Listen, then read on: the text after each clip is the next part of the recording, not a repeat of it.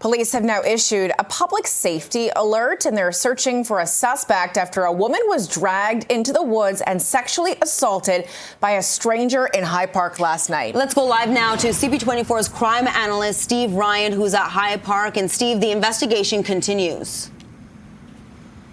Yeah, Arda and Beatrice, it certainly does. And behind me and just to the west of where I am now, Albert's going to swing the camera around, and you can see there are officers writing up their notes near where the brush begins, and that is leading to the pathway where this woman, I'm told, who was in her early 60s, was walking last night at 10:30 p.m. when she was approached from behind by an unknown suspect who pulled her into the treat area, and he sexually assaulted her before she was able to get away, and she was treated in hospital for non-life-threatening injuries. So active scene right now as the police comb this wooded area looking for any clues that might help them identify who this unknown suspect was.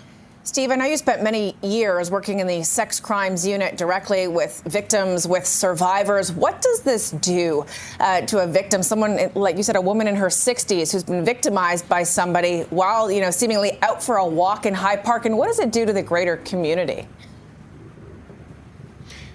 Well, it's life-changing for that survivor, that's for sure. The physical injuries you may get over, but you never get over the complete and utter violation of a stranger committing this type of heinous and violent act on you. And as far as the community goes, when you have a random act in a community, what that tends to do, Beatrice, and we've talked about this many times, it can paralyze a community's day-to-day movements. It can affect their quality of life because they may fear that might be the next person assaulted. So they may not go into High Park, as they have every right to do, out of fear that they may be the next victim. And this is why the police are here in mass today, en masse, looking for clues to try to identify who this person is as quickly as they possibly can. But it's an absolutely gut-wrenching type of investigation for the investigators.